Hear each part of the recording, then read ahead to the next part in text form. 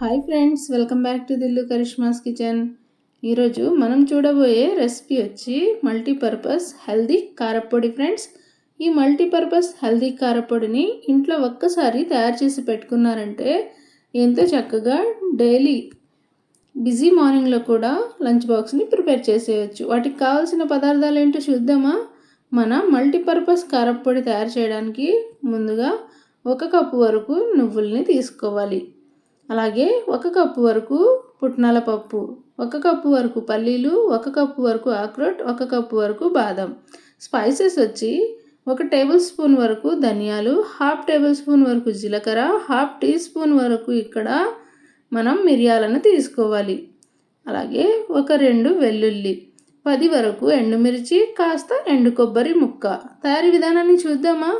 మన మల్టీపర్పస్ కారప్పొడి తయారు చేయడం కోసం ముందుగా ఈ విధంగా ఒక ప్యాన్ని పెట్టుకొని, ప్యాన్ కాస్త హీట్ ఎక్కిన తర్వాత మనం ముందుగా తీసుకున్న ధనియాలను, జీలకర్రని, అలాగే ముందుగా తీసుకున్న మిరియాలను కూడా యాడ్ చేసుకొని ఇవి కాస్త వేగేలాగా ఈ విధంగా వేయించుకోవాలి.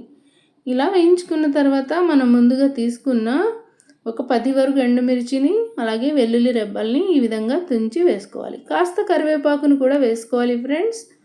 ఈ విధంగా ఇవన్నీ తీసుకొని కరివేపాకు క్రిస్పీగా అయ్యేలాగా వేయించుకోవాలి. ఈ యొక్క కారప్పొడి ఇంట్లో ఉందంటే ఫ్రెండ్స్ మీరు బిజీ మార్నింగ్లో కూడా టెన్షన్ పడాల్సిన అవసరం లేదు ఫ్రెండ్స్.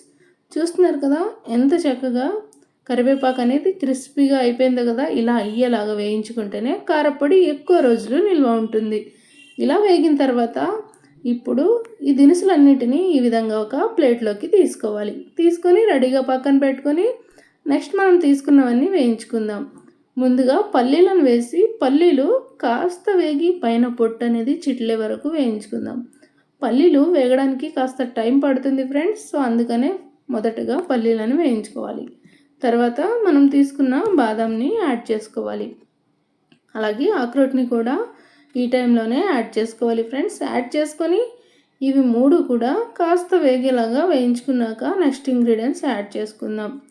పుట్నాల పప్పుని, అలాగే ముందుగా మనం తీసుకున్నవన్నీ కూడా యాడ్ చేసుకుందాం అన్నాను కదా ఫ్రెండ్స్. నువ్వుల్ని, ఇవన్నిటిని తీసుకొని ఒకసారి చక్కగా ఇవన్నీ వేగేలాగా వేయించుకోవాలి. నువ్వుల్ని తీసుకున్నాక ఎక్కువసేపు వేయించాల్సిన అవసరం లేదు ఫ్రెండ్స్. ఎందుకంటే నువ్వులు ఎక్కువసేపు వేగాయంటే చేదొచ్చేస్తుంది ఫ్రెండ్స్. అందుకనే కాస్త వేయించుకుంటే సరిపోతుంది. ఈ విధంగా కాస్త వేయించుకున్నాక అండ్ ఫైనల్లీ మనం ముందుగా తీసుకున్న ఎండు కొబ్బరి ముక్క ఉంది కదా ఫ్రెండ్స్, ఈ విధంగా గ్రేట్ చేసి తీసుకోవాలి. అంటే తురుముకొని తీసుకోవాలి. తీసుకుని 1 నిమిషం పాటు జస్ట్ అలా వేడి తగిలితే సరిపోతుంది ఫ్రెండ్స్. ఎక్కువగా వేయించాల్సిన అవసరం లేదు ఫ్రెండ్స్. ఈ విధంగా వేయించుకొని దీన్ని కూడా ఒక ప్లేట్లోకి తీసుకుని పూర్తిగా చల్లారడానికి పక్కన పెట్టుకుందాం. చూస్తున్నారు కదా మనం వేయించుకున్నవన్నీ పూర్తిగా చల్లారిపోయాయి ఫ్రెండ్స్. ఈ విధంగా వీటన్నిటిని గ్రైండ్ చేసుకోవడం కోసం ఒక గ్రైండింగ్ జార్ని ఈ విధంగా తీసుకోవాలి. అంటే మిక్సీ జార్ని తీసుకుని మనం ముందుగా వేయించుకుని పెట్టుకున్నాం కదా కరివేపాకు, ఎండుమిర్చి అవన్నీ కూడా. నేను ఇక్కడ 10 ఎండుమిర్చిని తీసుకున్నాను కదా ఫ్రెండ్స్. మీ కారానికి తగ్గట్టుగా మీరు తీసుకుంటే సరిపోతుంది. ఇప్పుడు ఈ విధంగా కొన్ని మనం వేయించుకున్న పప్పు దినుసులన్నీ ఇందులోకి వేసుకుందాం. చాలా హెల్దీ ఫ్రెండ్స్. డెఫినెట్గా ఈ పొడి అనేది ప్రతి ఇంట్లో ఉండాల్సిందే ఫ్రెండ్స్. ఈ విధంగా తీసుకుని రుచికి తగ్గట్లుగా ఉప్పు, 1/2 టీ స్పూన్ వరకు ఇందులో పసుపును కూడా యాడ్ చేసుకోవాలి. యాడ్ చేసుకొని పల్సిస్తూ ఫైన్ పౌడర్ లాగా ఈ విధంగా గ్రైండ్ చేసి తీసుకోవాలి. ఫైన్గా గ్రైండ్ చేసుకున్నా పర్వాలేదు ఫ్రెండ్స్. నేను ఇక్కడైతే కాస్త బరకగా గ్రైండ్ చేసుకున్నాను. నాకైతే ఇలా ఉండడమే ఇష్టం ఫ్రెండ్స్. అందుకని నేను ఈ విధంగా గ్రైండ్ చేసుకున్నాను.